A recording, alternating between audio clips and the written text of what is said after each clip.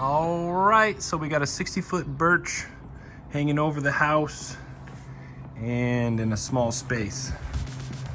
This is the problem. Always check your trees out because this is a pretty active split. And these are two nice size leaders and both of them are weighted toward the house. So it's hard to say which one's holding which, but we'll assume this is the more dominant because it's bigger and this one's the one splitting away. So what we're gonna do is we're gonna strap them up in here somewhere, and all I'm gonna do is double up some webbing straps. This is a pretty simple technique. You know, you're just gonna girth hitch each one and then clip them together.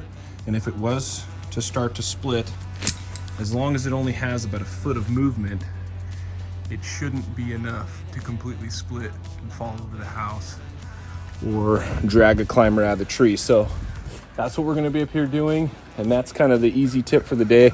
If you find a split or need to hold two spars together, just grab two of your webbing straps with a beaner, girth hitch each one and bring them together, clip them together, and then you'll be safer, but not perfectly safe.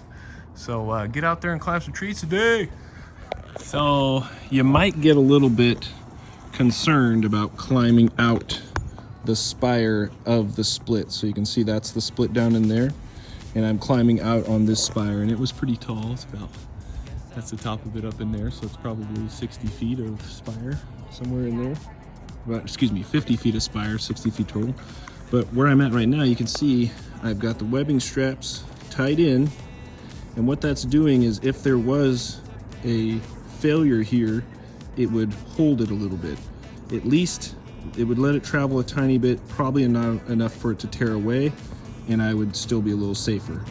But I'm connected onto the main stem, which seems to be the strongest, and then I'm working over here. So a lot of guys will feel really uncomfortable being out on this spire because of that split, but I've got the bands and I'm not too worried about that. But the main thing is on my way up, you can see how many branches I've removed.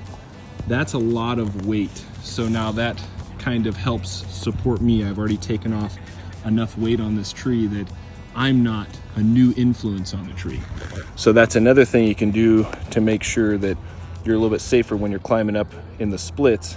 Now I'm at a place where I'm not really a threat to making this turn over. And now that way I can fall these tops right on themselves, dynamic, no problem, and keep working it out.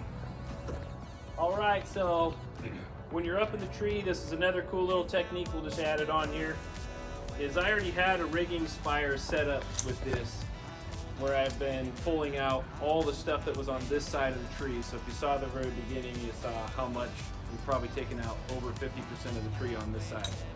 This happens to be in the perfect position with our drop zone. And we've got this second story edge right here where a lot of branches that were hanging over that direction would have hit stuff. And you can see the ones we've removed already, but I'm doing a little something different than you might see a lot, is sometimes you can throw a rope up into position, but then getting it connected is the hard part. And I'm doing this for a demonstration because this is a kind of a smaller branch, but it's a great example.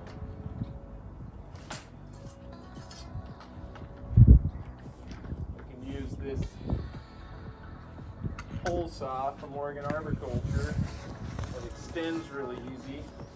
So I've got 8 to 16 feet in an 8-foot pole. And then I can clip it on and then put that into position. And then when it's a bigger branch, this one I can do with a pole saw. I'll cut it with a power pole saw. But when you're hanging your tool, just make sure you're hanging that sharp blade away from all your ropes, because if it does fall out of there, it'll hurt them. Rope on. And all we really need is to swing this over into position, because this is our drop zone.